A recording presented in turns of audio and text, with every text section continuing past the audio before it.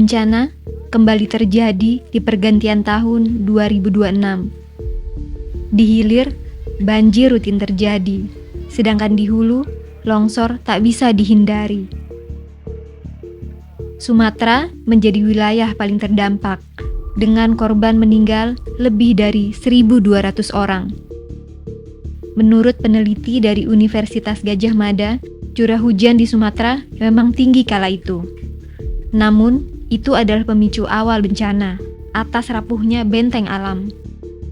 Kerapuhan benteng alam ini senada dengan data dari Yayasan Auriga Nusantara, bahwa sepanjang Januari hingga Oktober 2025, Sumatera kehilangan 574.000 hektar hutannya. Lalu sepanjang Oktober hingga Desember 2025, secara nasional kita kehilangan hutan lagi, lebih dari 400.000 hektar.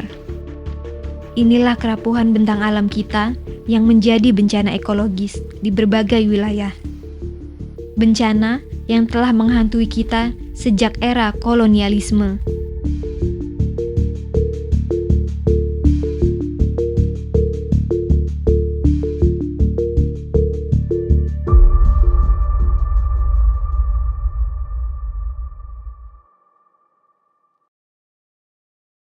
Mari kita mulai dengan apa itu bencana ekologis.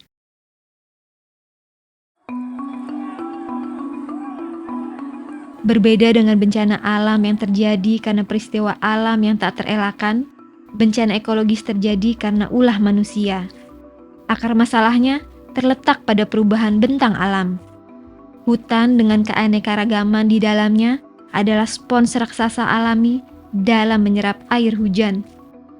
Menurut penelitian, batang dan daun bisa menampung 15 hingga 35% air hujan. Sedangkan tanahnya bisa menyerap hingga 55%. Sisanya mengalir ke sungai. Dengan fungsi yang sedemikian rupa, dapat dinyatakan hutan memiliki peran penting, khususnya dalam hal melindungi hutan itu sendiri dan kawasan di bawahnya. Maka saat hutan berubah fungsi, bencanalah yang didapat.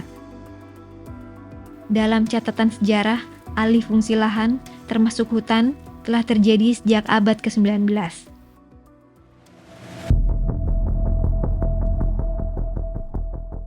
Saat itu, pemerintah Belanda menerapkan kultur stelsel atau tanam paksa. Rakyat Indonesia dipaksa menanam komoditas ekspor seperti kopi, nila, dan tebu. Berjalannya waktu, pemerintah Belanda membuat Agrariewet tahun 1870 atau Undang-Undang Agraria versi kolonial. Melalui aturan ini, pemerintah Belanda mendeklarasikan kepemilikan negara atas tanah atau domain verklering. Bisa diartikan, wilayah tak bertuan seperti hutan berarti milik pemerintah. Berbekal aturan itu, pembukaan lahan untuk perkebunan dan pertambangan mulai masif dilakukan. Perkebunan teh Malabar di Pengalengan Kabupaten Bandung misalnya, ada setelah aturan ini, yaitu tahun 1896. Perkebunan ini merupakan perkebunan teh terbesar saat itu. Di Madiun, produksi tebu digenjot untuk memenuhi kebutuhan gula. Jambi menjadi wilayah perkebunan karet sejak 1906. Dan Sawah Lunto menjadi wilayah penggalian batu bara sejak 1883.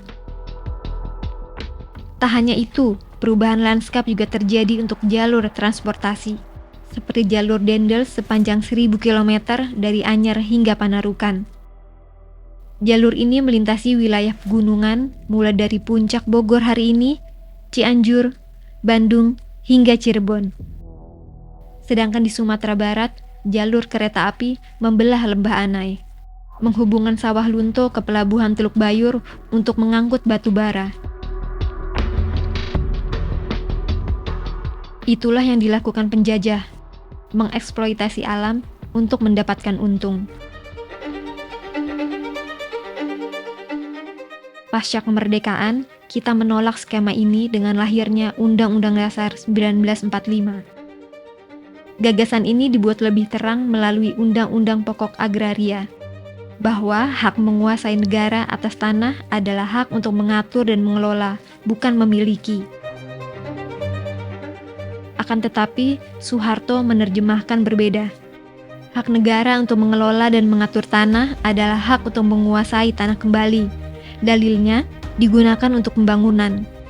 Maka lahirlah Undang-Undang Penanaman Modal Asing yang mengizinkan PT Freeport McMoran mengeruk emas di Papua. Serta Undang-Undang Nomor 5 Tahun 1967 tentang ketentuan-ketentuan pokok kehutanan, di mana tanah tanpa kepemilikan yang sah berarti tanah negara.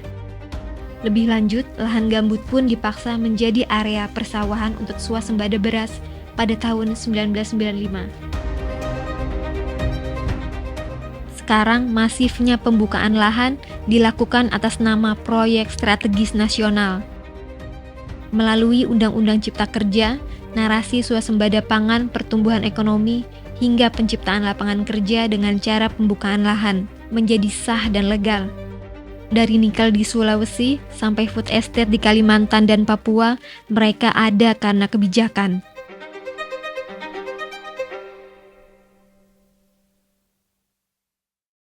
Saat hulu telah kehilangan daya tampungnya, hilir kehilangan daya serap. Air bukan diresapkan ke tanah, tapi dialirkan ke laut melalui kanal seperti ini. Hari ini, pemikiran itu dipertahankan, bahkan memperbanyak dan memperlebar kanal. Kota tak lagi basah dan pembangunan pun dilakukan.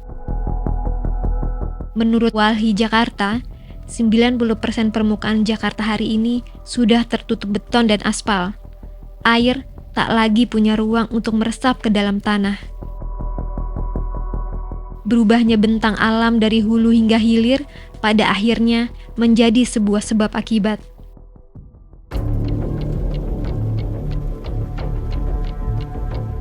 Alih fungsi lahan di hulu menyebabkan longsor. Bencana ini terjadi sejak era kolonial. Di Sumatera misalnya, longsor terjadi akibat pembukaan lahan untuk jalur rel kereta api. Begitu juga di Sawah Lunto yang sering longsor karena penggalian batu bara.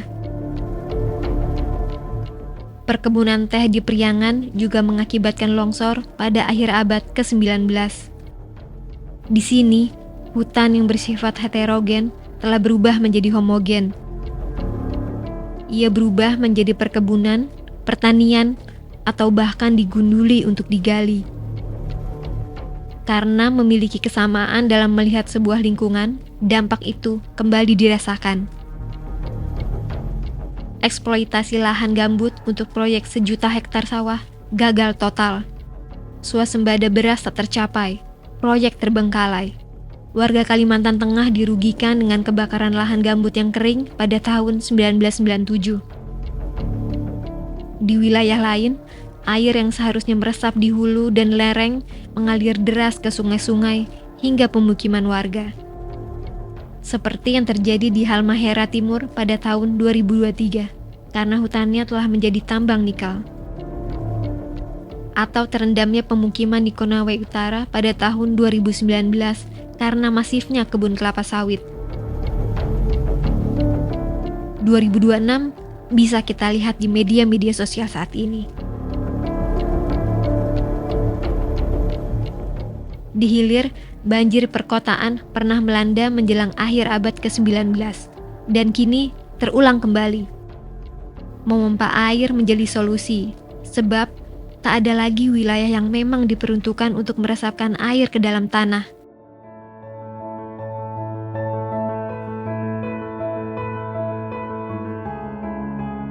Dari cerita ini, kita bisa menarik kesimpulan bahwa longsor, banjir, dan kebakaran bukanlah takdir. Ia adalah hasil dari pilihan kebijakan yang berujung bencana ekologis. Bencana yang pernah terjadi sejak kita belum merdeka.